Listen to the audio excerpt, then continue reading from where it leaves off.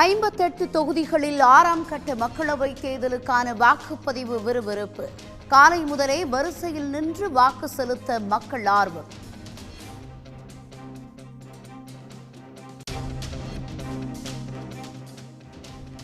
TNPSC group 2 மற்றும் group 2A பிரிவுகளுக்கான பாடத்திட்டங்களில் மாற்றம். எழுத்துத் தேர்வுகளுக்கான மாற்றியமைக்கப்பட்ட புதிய பாடத்திட்டத்தை வெளியிட்டது தமிழ்நாடு அரசு பணியாளர் தேர்வாணையம்.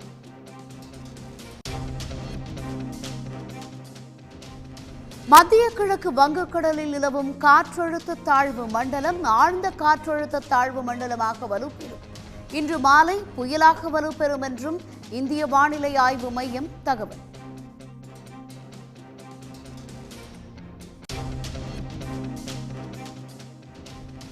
மைசூரில் பிரதமர் மோடி தங்கிய ஹோட்டலுக்கு ஓராண்டாக 80 லட்சம் ரூபாய் வாடகை பாக்கி.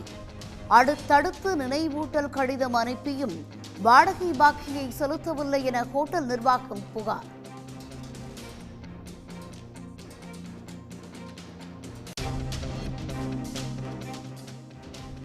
முல்லை பெரியாறில் புதிய அணை கட்டுவதற்கான ஆய்வு மேற்கொள்ள கேரள அரசு முன்மொழிந்த கருத்துருவை பரிசீலிக்க கூடாது. ஒன்றிய சுற்றுச்சூழல் அமைச்சருக்கு முதலமைச்சர் மு.க. ஸ்டாலின் வலியுறுத்தல்.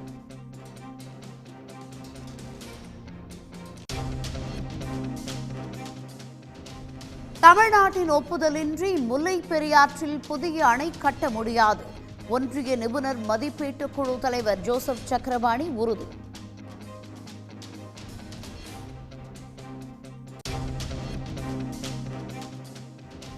காஞ்சி வரதராஜ பெருமாள் கோவிலில் வடகலை தென்கலை பிரிவினருடைய 5வது நாளாக மோதல்.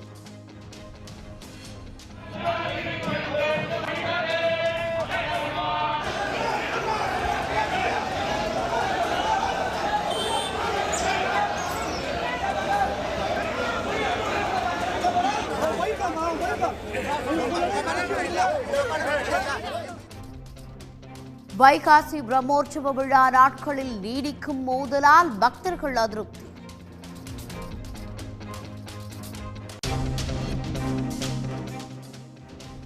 மெட்ரோ ரயில் பணிகளுக்காக நிதியில் பாஜக ஆளாத மாநிலங்களை வஞ்சிக்கும் ஒன்றிய அரசு. 10 ஆண்டுகளில் தமிழ்நாட்டிற்கு சொற்ப தொகை மட்டுமே விடுவிக்கப்பட்டது. ஆர்டிஐ மூலம் அம்பலம்.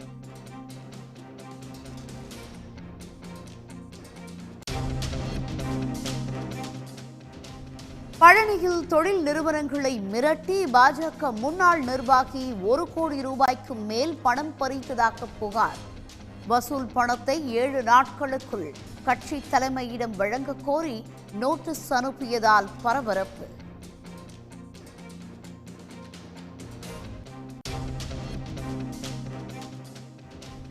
ஐபிஎல் கிரிக்கெட் தொடரில் ராஜஸ்தானை வீழ்த்தி இறுதிப் போட்டிக்கு முன்னேறியது சன்ரைசர்ஸ் ஹைதராபாத்.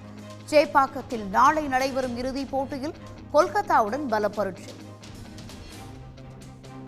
உடனுக்குடன் செய்திகளை தெரிந்து கொள்ள சன் நியூஸ் பெல் ஐகானை கிளிக் பண்ணுங்க.